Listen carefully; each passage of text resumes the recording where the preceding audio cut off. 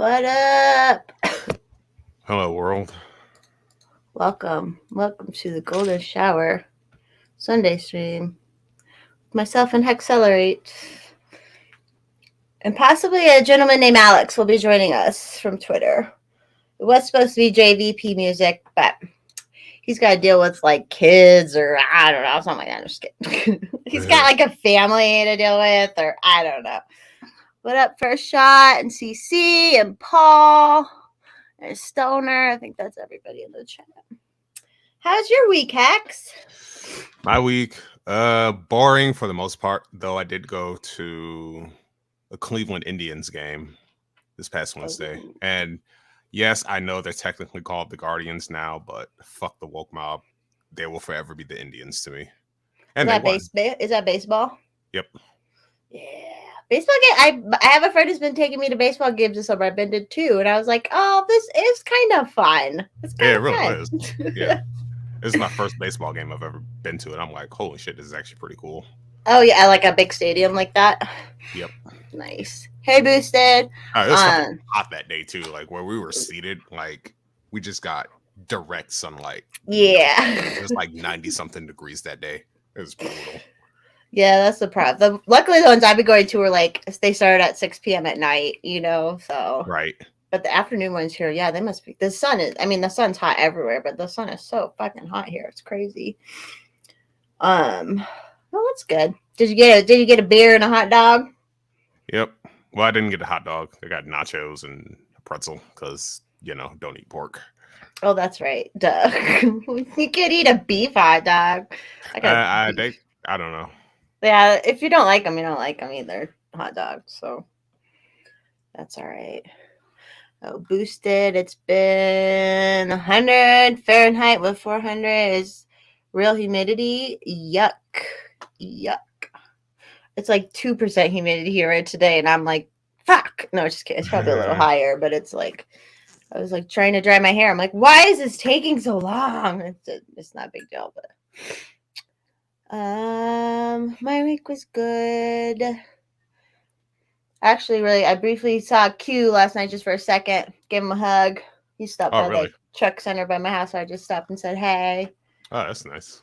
Yeah. I should have had him on, but he probably wouldn't have been able to do it. Yeah, I think he's on the road today, so.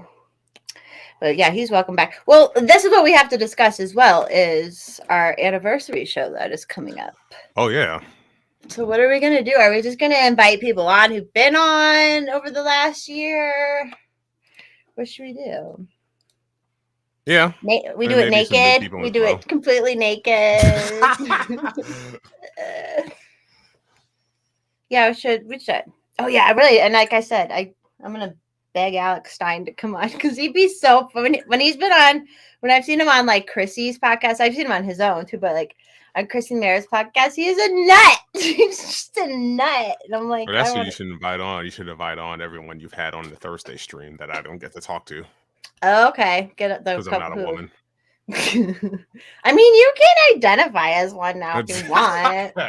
I ain't about that life. Let's see. Chrissy Mayr came on. Oh, and Monica. You probably Monica Perez and Chrissy Mayr, right? Yeah.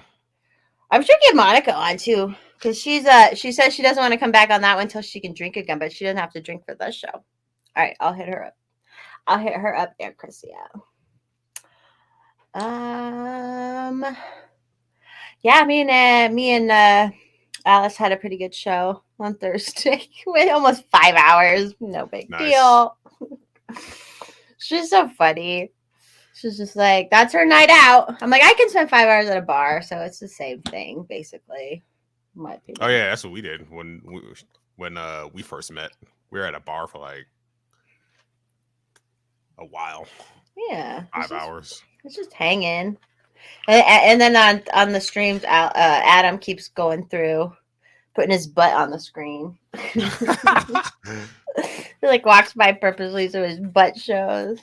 That's hey, hilarious. Joe Morgan. He's funny. They're funny. She was texting me last night. Oh, and this morning too. Apparently she's been stressed about planning the vow renewal. But she was with some friends last night and they got a lot done. So she's just like, Just relax. I'm like, all right, girl. It's all good. I might come in. I was looking at flights. It would be a little cheaper for me to come in on that Thursday night. So I might end up coming Thursday. Oh, that'd be based. And then, well, and then I could like help out all day Friday for her too. And Right. so it'll be all right. Might call off that Friday. Okay. I'll let you know as soon as, like, yeah, because if I'm coming in, then you can be like, I have some cool chicks to go hang out with and cool people. Sorry. Yep. See everybody in the chat. I think I've seen everybody. First shot. No, you won't come on. Your wife wouldn't let you anyways. I'm just kidding. So mean. That's not even mean. What else going on? There's been a lot of like fucking dumb takes on Twitter. Oh, speaking of which, rip James Lindsay's Twitter account. Did it come back? No. Oh yeah. Oh, you're saying it got yanked? Yeah. Yeah, because he got nuked for. Do we know why? I think because of his gratuitous use of the word groomer, because they banned the word groomer. Maybe that's my guess. That's what I figured. But these fucking fascists. Yeah, that's a bummer. Yeah. But they can say whatever they want about Clarence Thomas and nothing happens. And they can call, like, their whole point is, well, you know, obviously they're wrong. And I'm like, I get it. Yeah, you can't call everyone a groomer. You have to call groomers a groomers. But it's like, well, they are all calling everybody Nazis and shit. So what the fuck? They're calling me one. They called me that shit. Why is it okay to call everybody a Nazi and use, like, paint a broad brush with that and not other words? So fuck them. Inconsistent motherfuckers. Fuck them all. So tired of them. Yeah, but I just know there's a lot of bad takes, and maybe I was just on Twitter too much yesterday. Is the problem? That's the problem. But there's like all these takes from like Robert Wright, Rob Reiner, like a handful of politician type people, and they're just saying the worst fucking, especially about the inflation bill. You know what I'm talking about? Right. Yeah. Oh, hold on. I might have given him. Hold on. I think I gave him the long leak.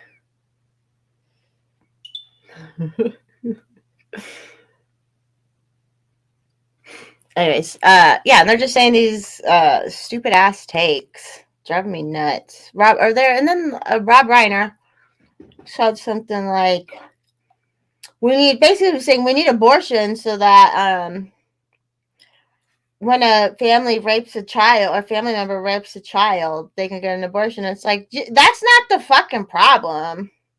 What? Yeah, like that's the way you think of it. It's just bizarre. I was seeing something today. Some retard was saying that people probably shouldn't have like 3 kids or more. Oh yeah. He's like, I'm being a little provocative. It's like, just think out for yourself. That's fine. Like, you know, that's gonna make people pissed off. Yeah, and I hit him with the classic, "You're a cunt." I like it. All right, here. Gave him the another link. Keep saying he's backstage, but he's not showing up here, so I figure I might have given him the link from the other day. Oh, what did Booster say? The rape case for abortion. I know, that's the thing. It's like, yeah, that's fine. Like but then they don't want people to like defend themselves from rape either. All right. Right. It's just stupid. All right, we got our guests on. Hello. Can you hear us? Oh, are you topless? Usually Hex is topless. Let me turn the light on here. Let me get everybody a little bit better. Yeah, work on your lighting, baby. We need to see that. Totally inappropriate already. Good. So you're Alex. I'm gonna get some earpieces too. So okay. I'm a pro. 14 earring kids. Wait, hold on. What are you saying, dispatcher? Exactly. 14 Aryan kids. That's my goal. Oh, dispatcher. He's going to have 14 Aryan kids. That's his goal. That's my goal. It's just silly. Like, why? Like, people just. I'm like, okay, guess what? You get to control yourself not having or having as many kids as you want. Go for it. Like, people are so dumb. It's just the whole, like, climate change dumb shit. Yeah. Hello, Alex. Welcome to Golden Showers. Hello, Forest Mommy. Thank you for having me. Yes, and this is Hex. I don't know if you guys follow each other, but Hi, Hex. How are you doing? Good, you? Hexcelerate. Doing good. Raise So my- what Go are ahead, you on your Colton. are you on your treadmill? Are you like walking No. and No, I don't walk that much. People make fun of me for it. I'm just at my. I do have a standing desk though. That's why. Let me just move my camera up just a little bit. Mm-hmm.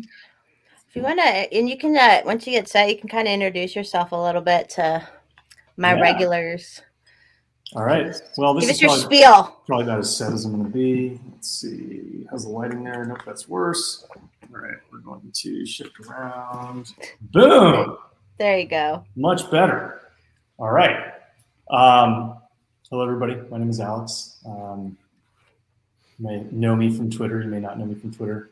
What I first got famous for on Twitter was eating without counting calories. I diet without counting calories. I don't really consider it a diet. There's just a way that I eat that allows me to and allowed me to lose like 20 pounds of fat without going hungry, starving, doing a lot of the traditional things that were expected at the time. I never thought that I'd have like abs like, that when I was in my 20s. I'm 36 years old now. And I apply a lot less effort to training and fitness than I ever did when I was in my 20s. I eat delicious food every meal of every day that I post online. My diet doesn't really have a name. People always like keto. It's like, no, there's specific rules to how I eat. Everything must be delicious. And I'm not a sissy salad eater. And show you guys how I go about training, eating, cooking, all that to really enjoy my lifestyle and have a good relationship with fitness. Very nice. I like that. That's why I appreciate you because, like, I feel like people like I say this. I am what do they call what's the word? What's it when you burn fat? What your metabolism? Metabolism. I'm metabolistically privileged to some extent, but like also, but like people stress out so much about the food that they make it 100 times worse on themselves. They stress themselves out, and now you got the stress shit going on top of the fact you're like this having putting these emotions with foods and stuff. And at some point, it's like, dude, just eat kind of what your body craves, and just don't eat too much of it, and stick to the healthiness. Like it just seems like the more chill about it, the better. But well, and I think the challenge is oftentimes in life. Bad outcomes come from bad outcomes, right? And so, it's a domino effect where if you're metabolically gifted, say, you have the advantage of not feeling stress when you do kind of go outside of a normal, healthy diet. A lot of times what happens for most people is they just don't really pay attention to how they look in the mirror until one day they look at themselves in the mirror and they're disgusted by what they see. And then because they're disgusted by what they see, but because they haven't developed the habits to sustainably shift their lifestyle, they end up approaching a marathon like it's a 100-meter sprint. And then when they're at the end of the 100 meters, it's far from over. They haven't achieved the results they want. And so the easiest thing for them to do is quit. And then they regain any weight that they lost. And then they develop the expectation of learned helplessness. Because every time they do try, nothing good happens because they don't try the right way. And so oftentimes I think, people say, well, you tried. It's like, no. Trying and failing is oftentimes worse than not trying at all because it teaches yourself that trying doesn't matter. And in order to be successful in anything, you want to ensure that you realize that your effort will be rewarded. Otherwise you stop trying. It's true. So is this your main thing in life is fitness? Are you a trainer and stuff? Or I am. Change it to HDMI back one. I don't know if you guys heard that, but that was a little bit weird for my monitor. Hopefully that'll stop now. So I got my personal training certification actually just a few years ago. I was a professional athlete for my first job after graduating from college.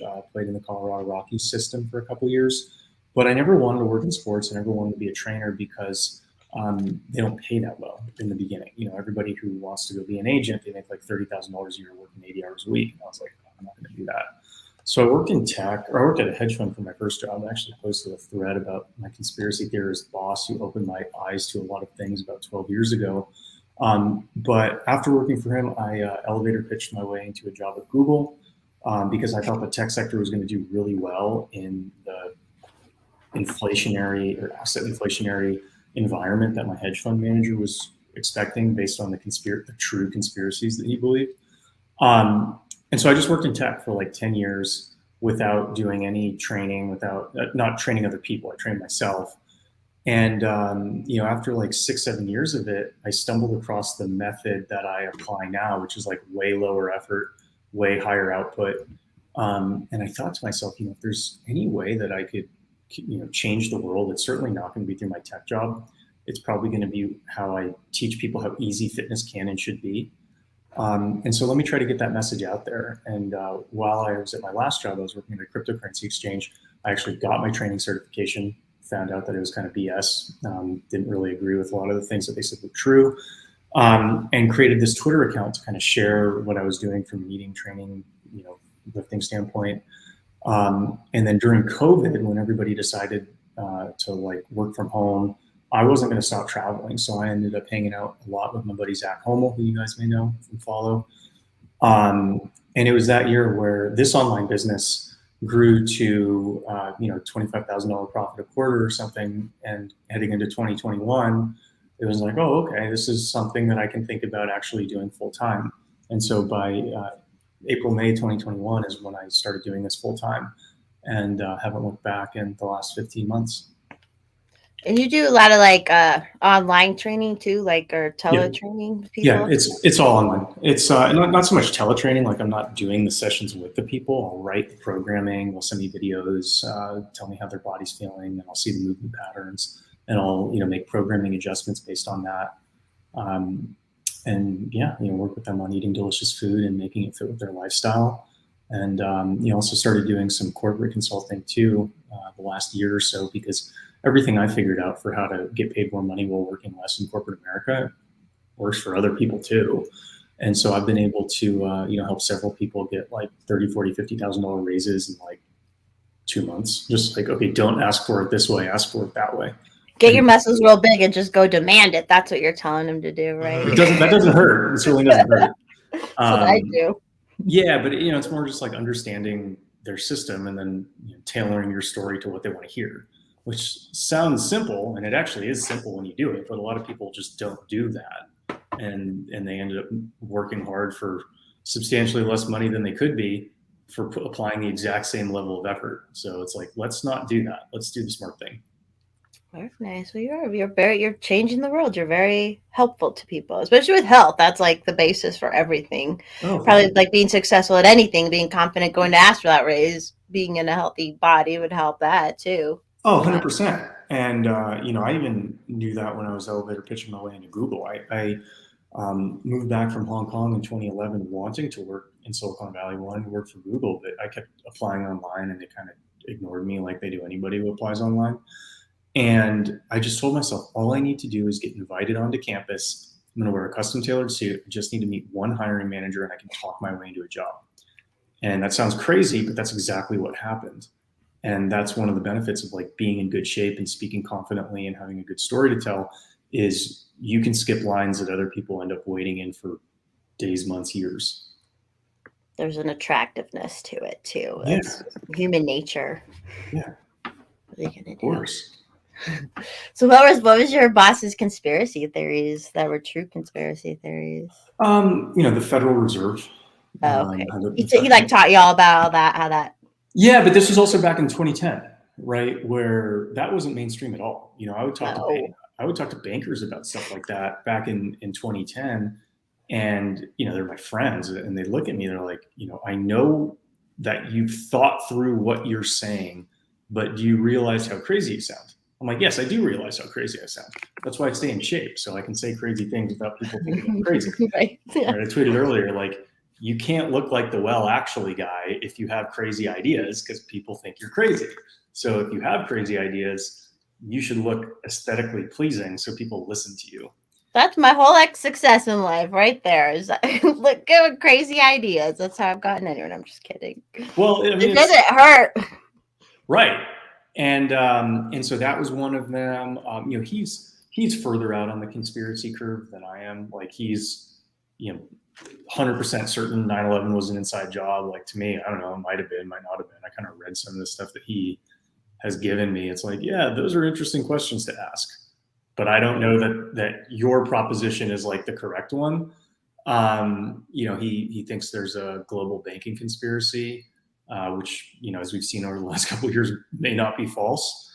But what I can say is true is the Fed. The Fed is a privately held corporation, privately controlled corporation that serves the interests of Wall Street. And so at the very least, even if all the other stuff isn't true, if you know that the Fed is a private corporation, you should make different decisions surrounding how you want to approach life. And I think a lot of people, they get this information, but they don't do anything with it. It's like, well, it's worthless. It's actually worth negative if you do nothing with it, because you're just frustrated and you feel like a victim unless you take action. And so, I was fortunate enough, smart enough, enough of a self-starter to say, well, what am I going to do with this information? I'm going to go work in a sector that's going to benefit from this underlying corruption. And that ended up being the tech sector, so it made my life easier. Yeah. Got to game the system if you know what's going on a little bit. Well, yeah, because the system's trying to game you, Yeah. Like, that's what people get. Like, I'm like, yeah, people are handed shit.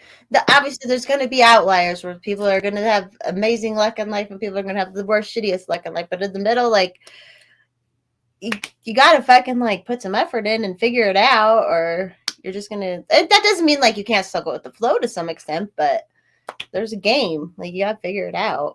I think a lot of it's... What's best for you? A lot of it's a coping mechanism. I think a lot of times people... particularly people who are like good at school or good at some things growing up and their identity is built around being good at this one thing. If all of a sudden, in order to accept and understand reality, they have to downgrade their own score of themselves, oftentimes people will just completely skip that step and they'll go years, if not their entire life, like refusing to come to terms with the game that's in front of them because of what it does to their ego, but they never get better. I definitely can understand that sometimes in some aspects of my life too. No, I was going to say the Fed was kind of like one of the first things I kind of learned about too. That was like, what? Why didn't they teach us this in school? And why? Like, so that's a good one because it's true. Like, no, you can put it in front of people and it's true. Yes. That's it. Well, how did you get turned on to it? So like in early YouTube days, like 2007 or something, they had this thing called the Zeitgeist. I don't know. Yeah. So that was one of the things that he sent me. Yeah. So I saw that, and like then they had the 9/11 thing on that one, and then the religion one too. But I was like, that was kind of the first thing. I was like, oh, this is kind of interesting. Just even if I didn't understand it completely, like, oh, thinking about things in a different way than I've heard about before, and then. Yeah. It's not like I became a total anarchist or anything right then, but it definitely set me on the path of like, yeah, whatever they say is not, you got to take it for a grain of salt on a lot of things. So what made you a total anarchist? I mean, at my heart, I always kind of was like, I was always the not trust an authority kid. Not that I was a bad kid. I was still cooperative. And like, I just was like, yeah, just because you're technically my authority doesn't mean, it's best for me, blah, blah, blah. Even you were always like that, even when you were like 5 years old. Yeah, I would say I'm much, for some reason, like it's funny because I look nothing like my siblings. I'm much younger than them. I got to grow up out here in Colorado on land where they all grew up in Chicago. Like I'm just very different, and like I've just always been there. But I was good about it too. Like I understood it was a game that you have to listen to these people or you're going to get in trouble. So even if I disagree with them right now, I know eventually I won't have to listen to them. But like. Again, like kind of figuring that stuff out. Went on my own young and hated the government right off the bat. And then I just never thought about it because I was surviving for so long where I'm just like working my ass off trying to pay my bills and stuff. And I wasn't political.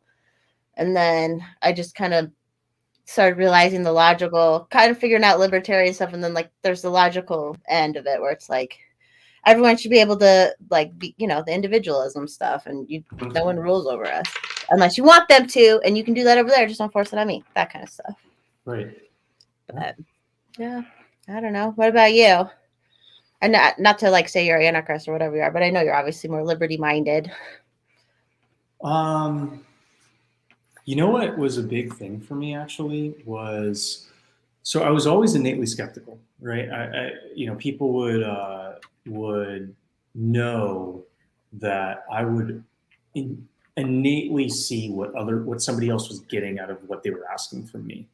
And I remember that, back to 6th, 7th grade, where I have friends who tell, "You're so cynical." It's like, well, that's just my nature, right? I didn't nobody taught me to be like that. It's just kind of probably shares a border with like some trait neuroticism, to some extent, but it's not debilitating. So it's probably okay. And if not smart, but nothing, I didn't really get turned against the system until I was looking for a job after I got done playing pro baseball.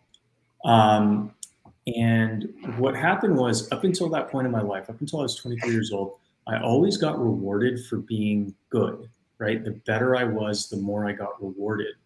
But an interesting thing happened when I got done playing pro baseball is that when I tried to go apply for jobs that were reasonable for me to apply to, I was an economics major, graduated with honors from Vanderbilt University. But when I entered the corporate world, I wasn't allowed to interview for the same analyst positions as my Vanderbilt classmates were who didn't get drafted by pro baseball teams. So because I was 2 years removed from graduation, I was classified as an experienced hire. And so if I wanted to enter that bureaucratic hiring process, I either needed to know somebody incredibly well who could teach me the industry. So I had a running start when I started, but I didn't know anybody who could do that. Or I had to go to business school, or I just couldn't apply for a job that I was qualified for applying for because I was too good for it. Because I got drafted by a Major League Baseball team. Had I not gotten drafted for a Major League Baseball team, I could have applied for that job. And so being punished, I think Nietzsche may have said this. No, maybe it was Dostoevsky, but I think Jordan Peterson relayed it, where if you really want somebody to suffer, punish him for his virtues. And that's where I was like, man, this is not right. Where if I had been worse at what I worked at, I would have been in a better situation right now. And so it just, incentivized me to just see how things actually worked and be open-minded to the interaction of the system that we were in. And then once I was more open-minded to it, I ended up surrounding myself with more open-minded people who, incentivized me to, continue thinking the way I thought. And to be honest, for most of my years in corporate America, I spent at least an hour or two on Zero Hedge every day. So I was always reading that stuff. Even if I was getting paid to not do that, I was reading it. So, I think once you get on that path and it's just interesting, I haven't owned a TV in 12 years because I look at them as propaganda boxes. And so the more you get down that path and the more success you have down that path, there's really no reason to turn around. Yeah, because you kind of can't, because then that you're not being true to yourself. You can't go back towards that. Yeah, and they wanted to hire you right away so that they could fill your head with what they want to fill your head with and the experience they want to fill your head with too. It's true. Yeah. No, it makes a lot of sense though. It's true. Right. So I've done threads on, here are the differences, the similarities and differences between how corporations hire, how street gangs hire, and how cults recruit. And it's all the same. If you understand human psychology and group dynamics, there's hazing rituals, there's retention rituals that essentially get people in groups, and particularly large groups, to do a ton of the work for at the risk of those doing the work for the benefit of those at the top. And whether it's the Bloods, the Crips, Goldman Sachs, Facebook, right? It's the same dynamic. You can question the illegality of it, but the mechanism is the same. You recruit capable, insecure junior members who are able to do the work, but too insecure to ask for what they deserve, ask a fair share. Those are the best people to hire because they don't cost you that much and they produce a lot. You can stress them out and they'll just work harder. So those are the best ROI employees. And then the manipulation aspect of it comes where, employees are compared favorably or disfavorably relative to the biggest slaves, right? So the people who are most wed to this idea of a corporate career are idolized by the hiring managers within a corporation. And everybody should be more like this guy. It's no, that's the last person you want to be like. That person has no soul and has sold his life to work for an employer who will cut him loose the second he's no longer useful. Or require you to get a fucking test to go to work every day or some stupid shit like that and expect you just to fall in line. Yeah. I can't believe Yep. that's happening. But they're done with that, right, Hex? You said they stopped. Yeah, they stopped that. Been a month now, around a month. Who's that? Everybody? Nobody's doing that anymore? Hex's employment. Oh, yeah, because I didn't get the vaccine. My job made me test weekly, which is hilarious because it's like if the vaccine works, then it shouldn't matter. But well, so you don't have to test. You have to like show up with a Ukraine flag on your shirt. Is that a sufficient substitute for a COVID negative test? Or now it's going to be Taiwan. Okay, sorry, go ahead. No, it's not. It's not going to be Taiwan. It's going to be China. Oh, God, that's true. No, think about it. The way the media, I mean, they have to do a lot of backpedaling, but like, think about how the media has covered like inflation and like vaccines and all this stuff. Is like, the memes are all true. First they deny it, then they say it's small, then they say it's temporary, then they say it's good, right? And so if we believe that like the CCP is going to take over Taiwan at some point in the next few years and dominate the semiconductor industry and kind of hold the world economy by the balls, somehow, but the American elite are going to be paid off in that process, right? The Chinese are smart. They're not going to just take our stuff and fuck over the strongest people. They're going to align their interests with the smartest people. And so then the narrative is going to shift to like Taiwan is has finally been unified with China. It's going to show all these like, AstroTurf Taiwanese who are happy with their reunification or something like that. They'll just make up some absurd story for why it's a good thing. Oh, it's just crazy. Can't believe anything anymore. I actually just was at a speech this week. Gus Cantavenero, he's on Twitter. He's actually really talented, but he did this whole thing on propaganda. It's the same. It's just like they say they just control the whole fucking narrative from the very, that's not happening. Okay, yeah, it's happening, but it's, just like you said, and they don't give up. They will not give up at it. Or here's the one you forgot. When it gets so bad, they act like nobody saw it coming. Oh, yeah. Well, that's what The Economist. That's what they can't deny. That's what they can't position it as good. Right. That's what Paul Krugman was like. Wow, we had no idea this inflation can get out of control. You idiot! Like, I don't have an economics degree, and I know this guy's an idiot. Like, yeah, stand him. But then the other thing that they're going to do actually is, I bet that they're going to try to make the recession that we're in seem like it's good for the environment. Right? They're going to talk about, the economy's transitioning into a more moderated growth climate, and look at what our carbon footprint has done to us as a planet. And so they're going to try to get people to correlate an economic decline with something that's good for the planet. And so every time the economy grows, it's like, oh, we're smart. And every time it declines, it's like, yeah, but we're saving the planet. They love setting up these games where they can't lose. Yeah. This is like it's the most like, I'm in awe sometimes because it's the most masterful manipulation, and plus they have all the money and all the control of all the media too, so it's really easy for them to get it out. But yeah, they know what they're doing. It's crazy. Yeah. Hey, Hayden in the chat. Hey, Josh in the chat. Yeah. Whew. I don't know. Sorry, I got stoned before today's show. That's all good. And I'm usually a little like, this is me being terrible with the fitness guy, but I'm like, half the time I'm hungover a little bit for my Sunday shows, but I'm not today. I'm feeling great. You're not hungover, you're just a little bit stoned. Just stoned, man. Oh yeah, the East. No, there's nothing wrong with anything I do. I'm perfect. I mean, a lot of times my best idea. Yeah, it's a good thing. It's been there like all my life, and I turned out this amazing specimen, so it can't be terrible. I'm just kidding. Well, I remember when I was it was like 2012, 2014 or something like that, and I had, what was that? I was watching the San Francisco Giants, I think, on TV, not the TV I own, but like a TV at a bar or something like that. And I was watching them in the playoffs, and they flew these fighter jets over the game, during the national anthem or whatever. But because I was high, and because I had been in ad sales for like the previous 6 months, 12 months, I realized like No, this is a deal that got done. Like the national anthem doesn't just get like sung in a certain way.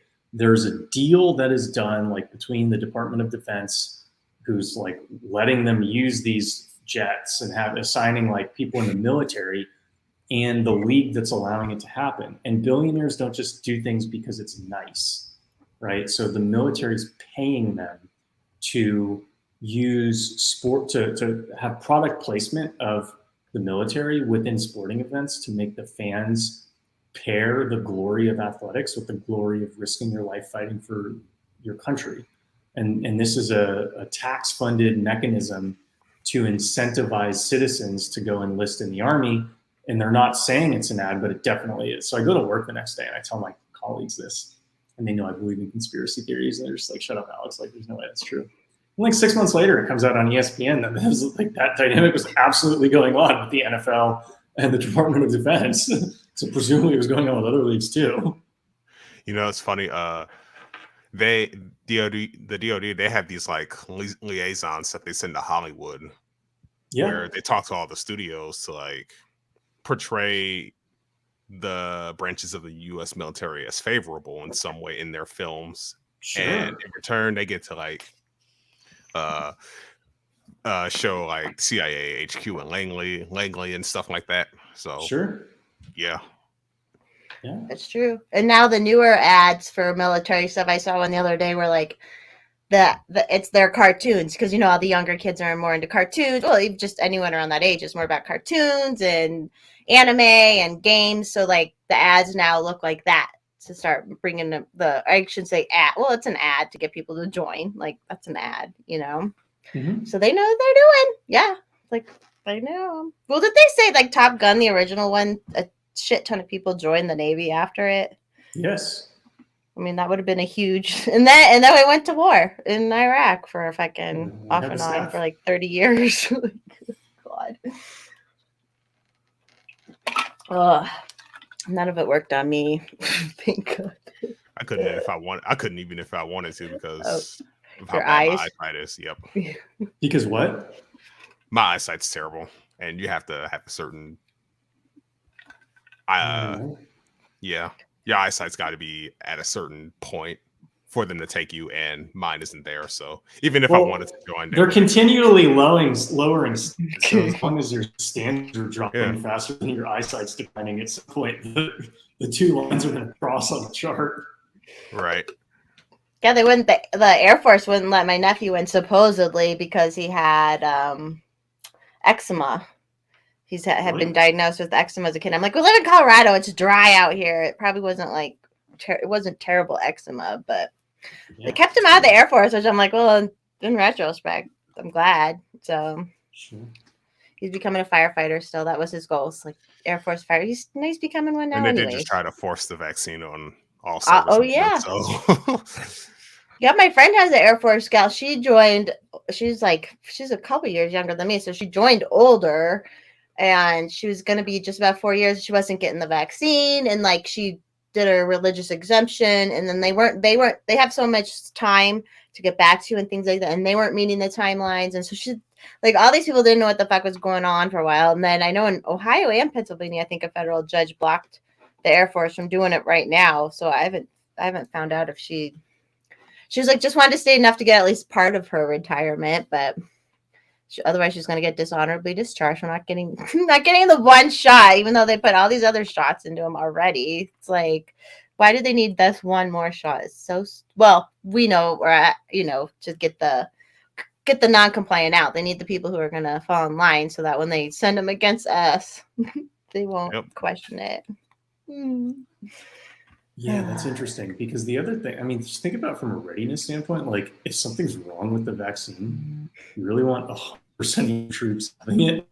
And you think that what's the benefit of diversity if you're not diversifying your troops' usage of an experimental therapeutic drug, right?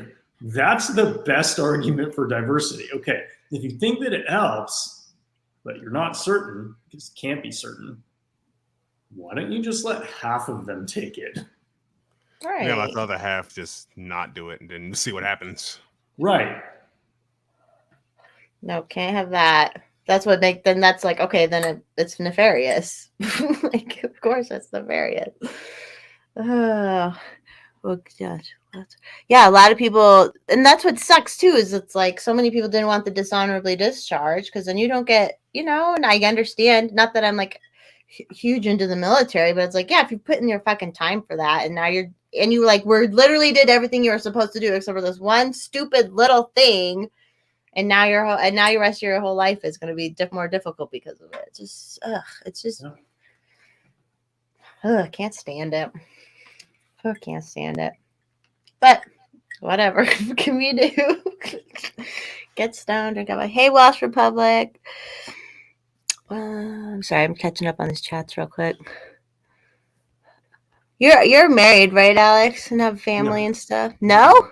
No, I thought you had a family. Oh, shoot. I was going to make so many inappropriate comments, but I was holding back. So I have a girlfriend, but I'm not really. Okay. I mean, I'll still be respectable. I'll be respectful. I feel like when you showed your abs before, I did a double take and someone caught it. You did? I didn't know. I was just looking at the camera. I'm the worst. Can't take anywhere. So what's your next like steps? What are your next goals? Just building your training stuff. Yeah, I'm actually, I got a lot of things in the air. I spent about a couple weeks ago, coaching my high school baseball team, just because I like working with kids. I don't want to coach a team an entire summer, but if I can coach a team for a week, I'm okay with that. And I ended up just talking to them about my experience as a Division I athlete, what I got out of it. What I got out of it was much more than sports, right? It was very much, how to look at the world, benefits of being competitive, benefits of having a good mental approach to life.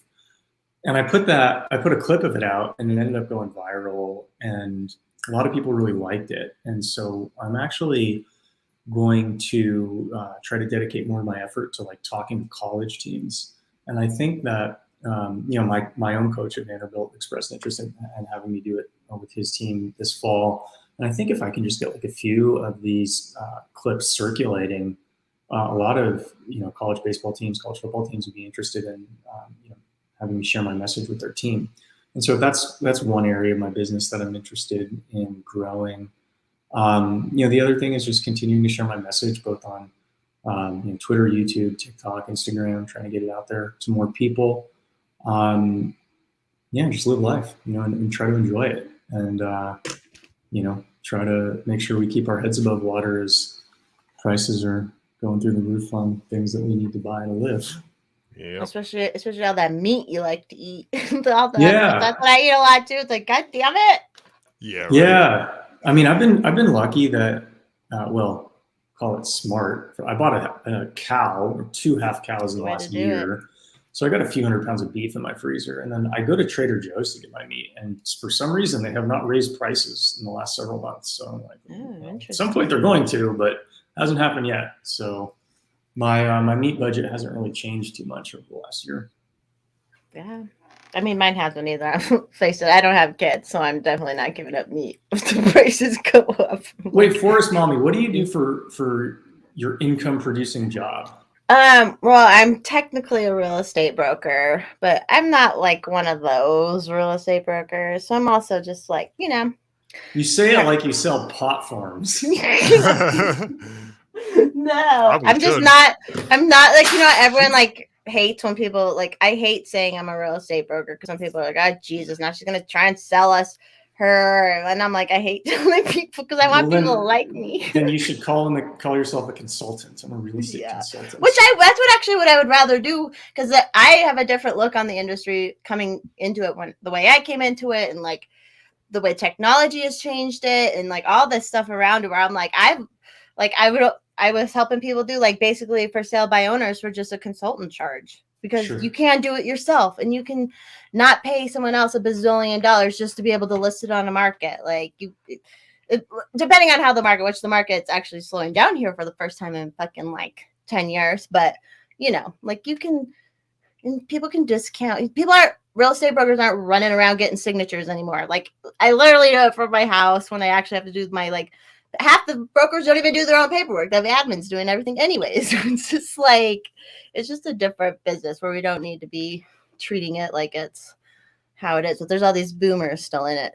Oh yeah, I always say I'm part-time trophy wife, part-time real estate broker. That's what I like to say. Hated. Hey Atlas. But yeah, I don't know. I just hate. I don't pay to advertise. If I like advertise, I'd be busier, but I don't like advertising, so, which is terrible. I know, but it would stress me out. It stresses you out too much.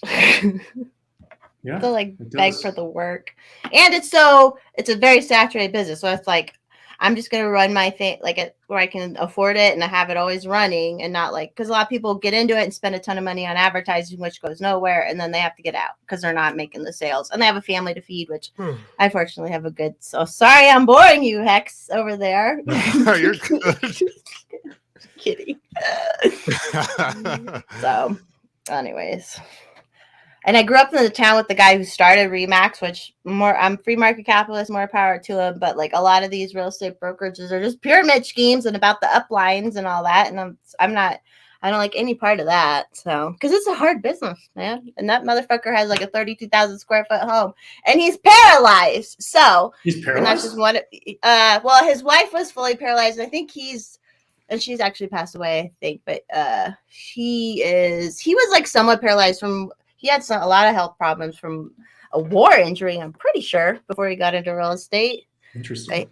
He's from. Did you live in Colorado when you were part of the Rocky stuff? No, I was in the minor leagues. So I was in Okay. Wyoming my first year, then Washington State. Okay. There's a county out here called Douglas County, and that's where there's where all the super duper rich people live. But he lived there and he grew up there, and you can see it's a big, beautiful house. And this is why I like him too, because like he moved into this place called Castle Pines, and he bought all these properties to build this huge house on, which he had another house in there as well. And he thought, okay, well, I bought all these properties, so the Castle Pines Golf Club should just like comp me a membership, which is like I think it's like $350,000 a year or something. Like it's very expensive. And he goes, nah, and they were like, no, you have to pay. And he goes, okay, fine. And he just built his own damn golf course like across the street. Like just bought the land. Like a fuck you, okay? Like I want to be friends with you. I can help you. And they're like, yeah, but you should pay us like $30K. And he's like, I don't think you understand. I'm gonna bring you so much value. And they're like, yeah, but you should pay. All right. You're gonna pay. Yeah, so he buys land, and he it basically is just for his private use, and then it's only for like benefits and fundraising tournaments and stuff. So it's like, I'm like, cool, that's cool, dude. Nothing wrong with him, because he was like one of the first persons to like franchise real estate brokerage or like make it easy to franchise and where you pay for the franchise basically. So yeah, it's interesting that brokers start with other brokers. I think in Texas, the laws actually make it hard to just start on your own. Which is you have to have like here in Colorado, our license. We're all brokers, but you're their associate broker or broker, and you have to be like under a broker for 2 years. But I've lucked out with my. That's like absurd.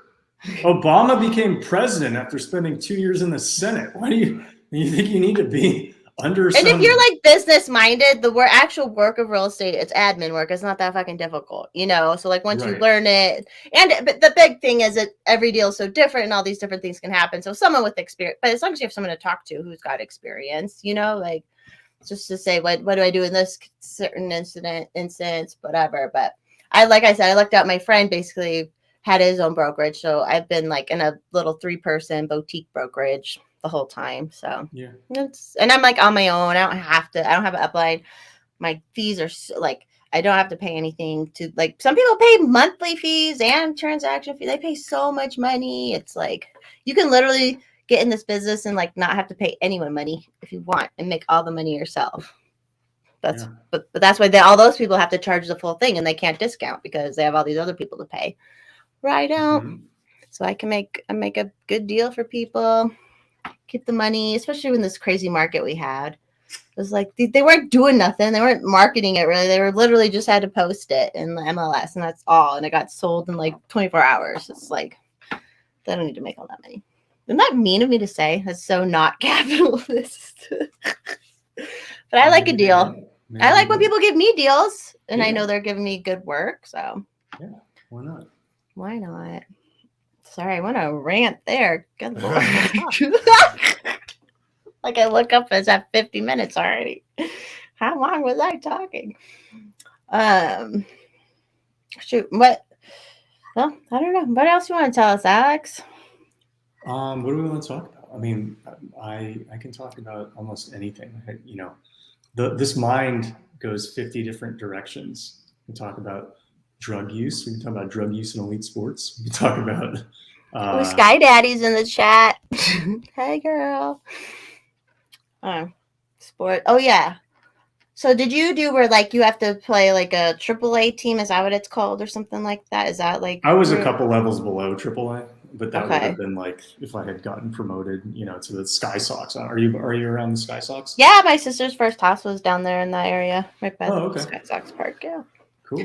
Yeah, I'm actually going to a retreat run by Zach Holmel, the Do Hard Things conference, in right outside of Colorado Springs next week.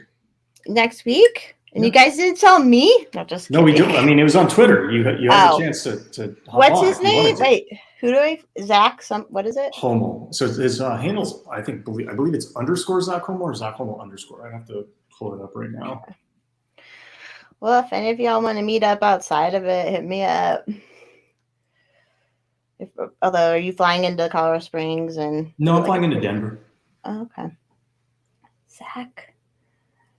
I don't know. I'll find it through you. Well, that'll be fun. So what's that going to consist of? Like hiking? Are you guys going to do like hiking? Hard things. The doing of hard things. Ooh. No, I mean like ice baths, probably some hiking, probably some mindset stuff, probably some breath work, storytelling, food, people making fun of me making fun of people, you know, the fun stuff. You should, you have to like reserve, but there's a thing called the Manitou Incline. Have you ever heard of that? No. It's basically this like stairs that go like straight up the side of this mountain in it's like South Colorado Springs and Manitou. And it's like, it's ridiculous. It's like 4,000 steps. So it's like a really good workout, obviously, and you're at altitude and stuff. And it's pretty fun. But it got crazy because then everyone started using it. And then they had to start reserving spots. So I think I might do it at the end of the month. But Okay. Oh, Sky Daddy says she followed you. You know, or what's her name? Alchemy Daddies right now. She's the bomb. We love her. She's in the chat. Oh, someone asked, what's your workout routine? So that's interesting. Actually, I ran a sale yesterday on my training program, but it's a lot easier than you think.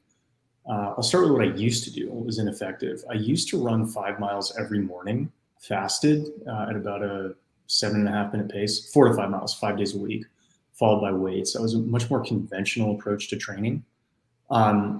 Once I started reducing my cardio, like almost dramatically reducing my cardio to where I only do about 12 minutes of intervals, 12 to 16 minutes of intervals every other day, either 60-second on, 60-second off cadence or 60-second on, 30-second off cadence.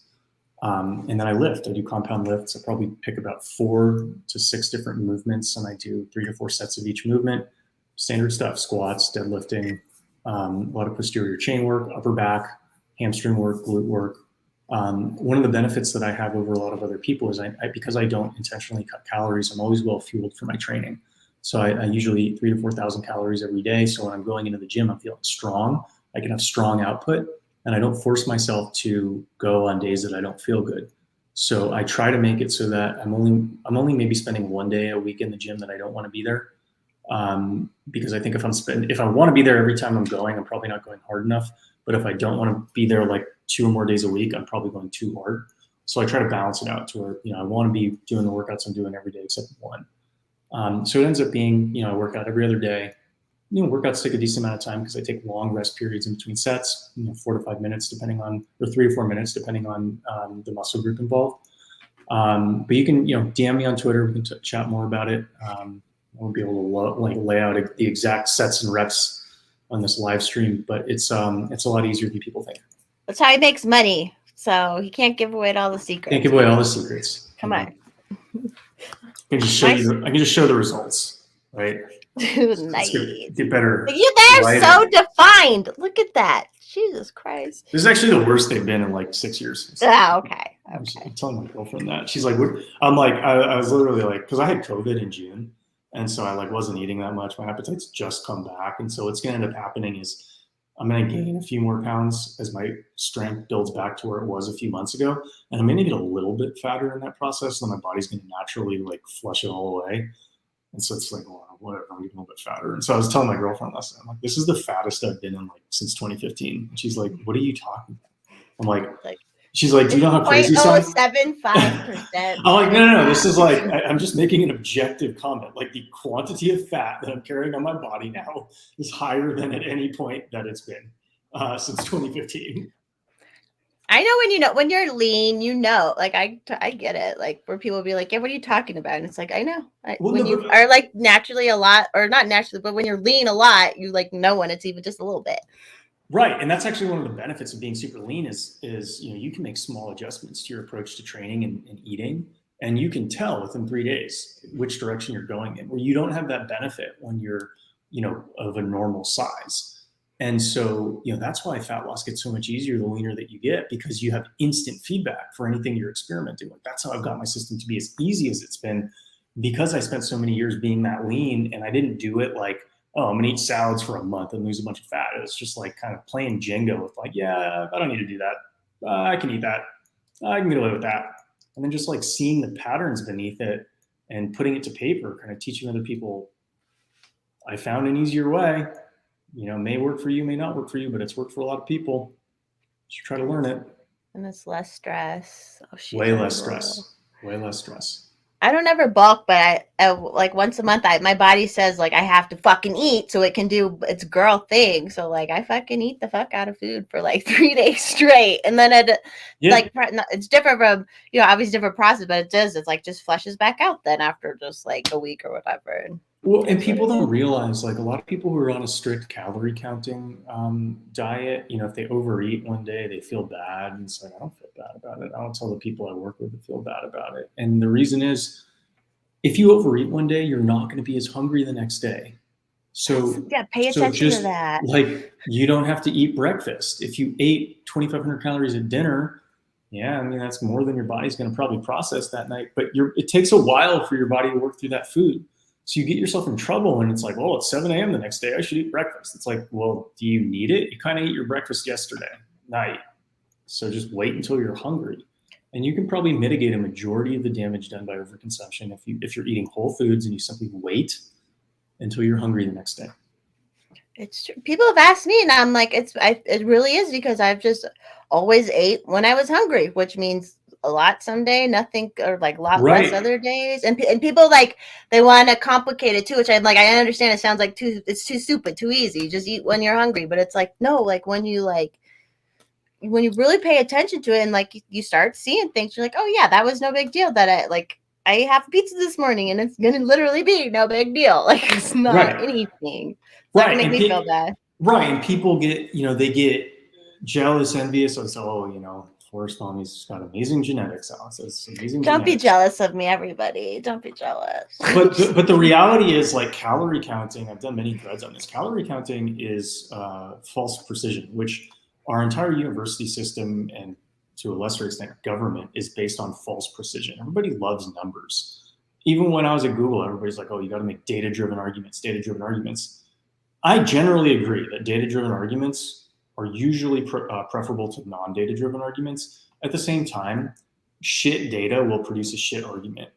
And what people don't understand in the calorie counting game is that you don't know how many calories you're eating, because the FDA permits food labels to be off by up to 20%.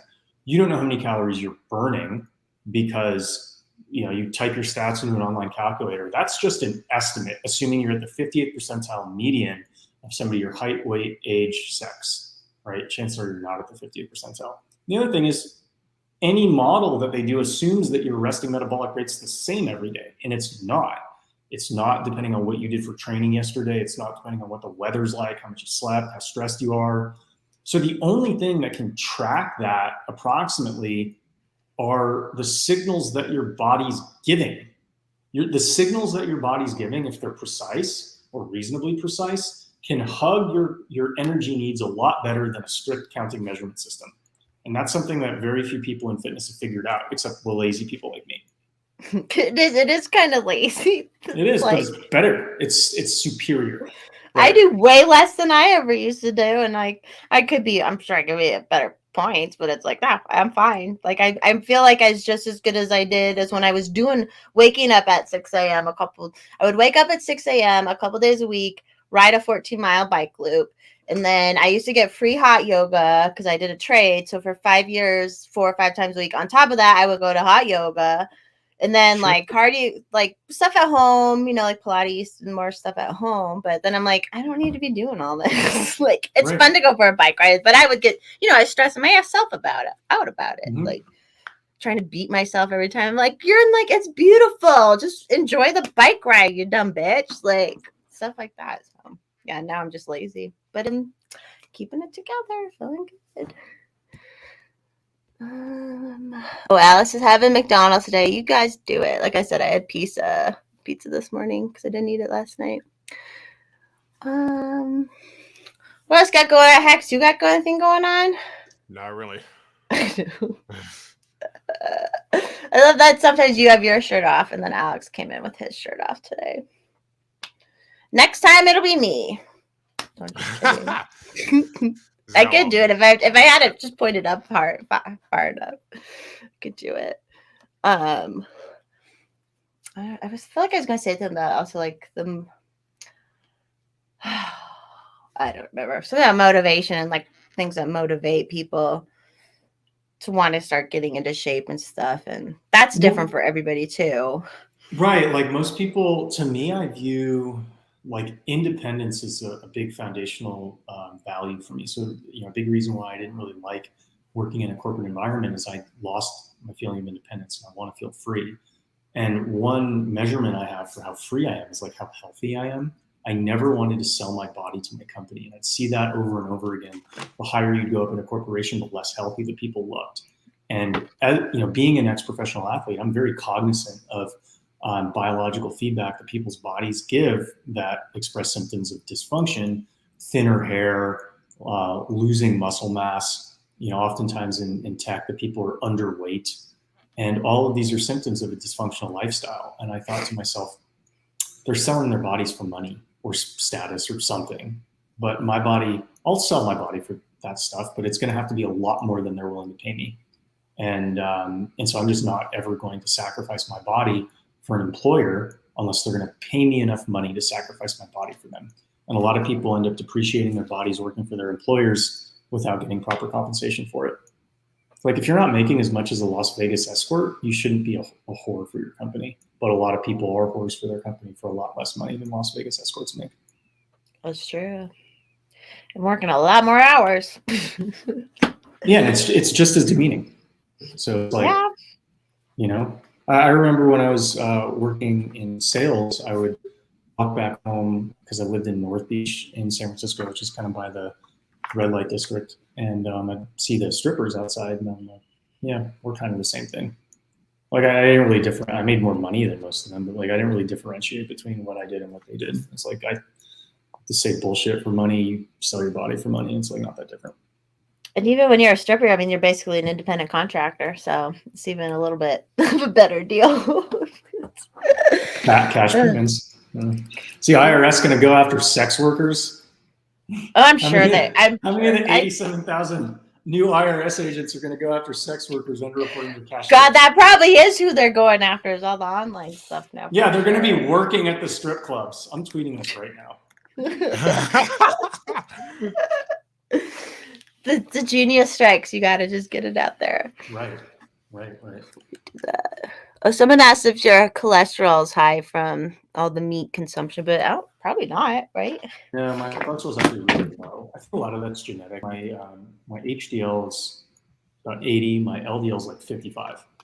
And so my LDL has kind of slightly dropped over the last 10 years, where I've lost about 20 pounds of fat in the last 10 years, and my LDL has gone down like 4 points. So it's probably stabilizing around 55, but that's actually too low. Low LDL is actually associated with like insulin production issues.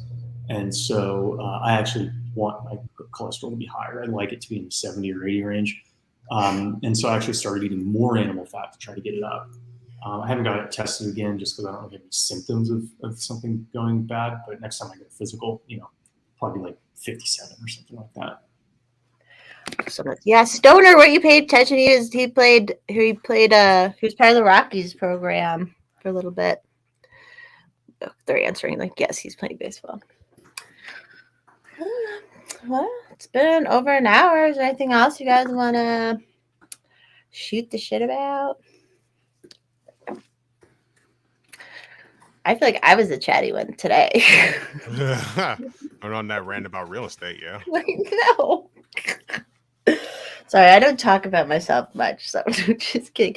Oh, and next week, for everyone watching, next week we're going to have the Tower Power Hours guys on. It's going to be the ridiculous. Tower, like the Eiffel Tower power? Well, Clint and Jose, Cole, Toad. I guess Reed was part of it. Do you ever watch the Tower Power guys? They're Clint Russell, who does Liberty Lockpod, or do you ever watch that? Liberty Lockdown, that's it. But anyways, they have this like they've done this ridiculous podcast where they're ridiculous. So we're having them on next week, and they're just ridiculous.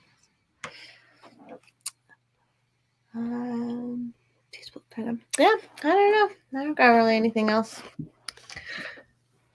Cool. Nothing. Thanks for having me on, guys.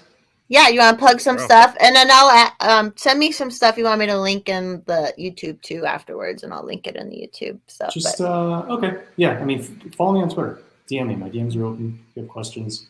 I got a few different products. But he does have a girlfriend, people. So let's keep it appropriate DMs. Just kidding. I got a few different products that I market. I pick one product a day and market it on Twitter. Today's my intuitive eating guide. So if you're interested in getting that today, Sunday, that's on sale on my pinned tweet. Keep your eyes open because I run a different sale every day on a different product to make you guys better. And he puts his money where the mouth is. Look at him. So I think he knows what he's talking about. God. Good Lord. It's like normal. That's actually it's the fattest I've been in years. So I love when my abs are popping too. It's like thoughts on beer. I don't like beer. I don't like alcohol. Alcohol is very, very bad for your physique. I would much prefer THC to alcohol. Oh, it's terrible. Fucking feel it the next day. All right, Hex, you want to plug your stuff? Twitter, Instagram, SoundCloud, YouTube, Bandcamp, Hexcelerate. You all know the drill at this point. Yeah. And I'm the Desert Daddy, but that's where I'm on Twitter. Everyone knows. Y'all fucking know. All right. Thanks, everyone, for tuning in. Thanks, Alex, for joining. Peace out. Bye. Peace.